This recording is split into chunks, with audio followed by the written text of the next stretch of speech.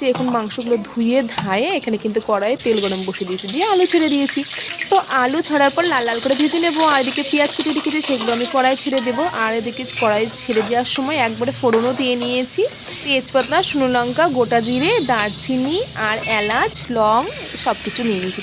মাংসের মশলা আদা, লঙ্কা, রসুন, জিরে, পেঁয়াজ, লঙ্কার গুঁড়ো, লবণ, হলুদ সব কিছু পরিমাণ মতন দিয়ে এবার মাংসটাকে কষিয়ে নিয়েছি। কষানোর পরে আলু ভাজাগুলো কিন্তু আমি তুলে রেখেছিলাম, সেগুলো দিয়ে দিয়েছি। তারপরে আলুর সঙ্গে একটু কষাবো, কষিয়ে তারপরে এবার মাংসের মধ্যে জল ঢেলে দেবো।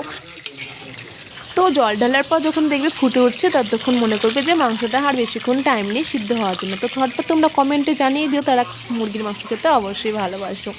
আমার মাংস কিন্তু রেডি হয়ে গেছে, আমি এখন বাটিতে ঢেলে নিয়ে রেখে দেবো। আর তোমাদের দেখাবো, দেখো কত সুন্দর। আমি বেশি মশলা দিইনি, আর হালকা করে করেছি।